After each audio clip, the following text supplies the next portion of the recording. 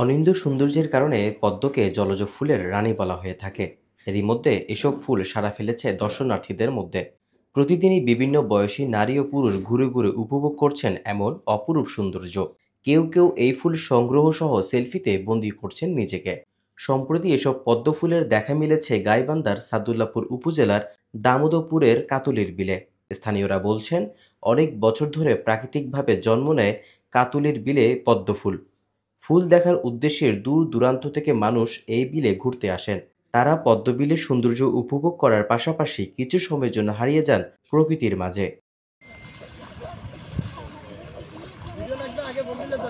সাদুলাপুরের কান্তনগর কামারপাড়া সড়কের কোল ঘেঁষে অবস্থিত কাতুলির বিল, যা ইতিমধ্যে পদ্মবিল হিসেবে পরিচিত লাভ করেছে। পুরো বিল গোলাপি আর সাদা রঙে পদ্ম ফুলে ভরে ওঠে। এ যেন বিধাতার এক অপরূপ সৃষ্টি, যা দেখলে যে কারো মন জুড়িয়ে যায়। বিভিন্ন জায়গা থেকে দর্শনার্থীরা এখানে ঘুরতে আসছে, সপরিবারে আসতেছে, সবান্ধবে আসতেছে। তো আপনারা যারা এখানে ঘুরতে আসতে চান তারা অবশ্যই পরিবার নিয়ে আসতে পারেন। আর ফুল তো সবসময়ই সুন্দর, তার মধ্যে পদ্মের সময় এখন এই কাটলির বিলে প্রচুর পদ্ম হয়।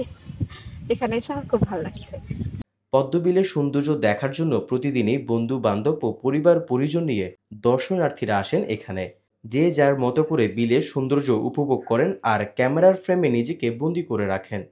এই ফুলগুলোকে আমরা দেখার জন্য প্লাস কিছু নেওয়ার জন্য সৌন্দর্য উপভোগ করার জন্য আমরা আসছি। সৌন্দর্য সবাই পছন্দ করে, আমরাও পছন্দ করি, এই জন্য আমরা এখানে আসছি। আপনারাও সবাই আসবেন। এই কাতলির বেলে প্রচুর পদ্ম ফুল ফুটছে, এই পদ্ম ফুল দিয়ে আমরা পূজার কাজ করি। বাংলা বছরের আষাঢ় থেকে শুরু করে কার্তিক মাস পর্যন্ত কাতুলির বিলে পদ্ম ফুল থাকে বলে জানিয়েছেন স্থানীয়রা।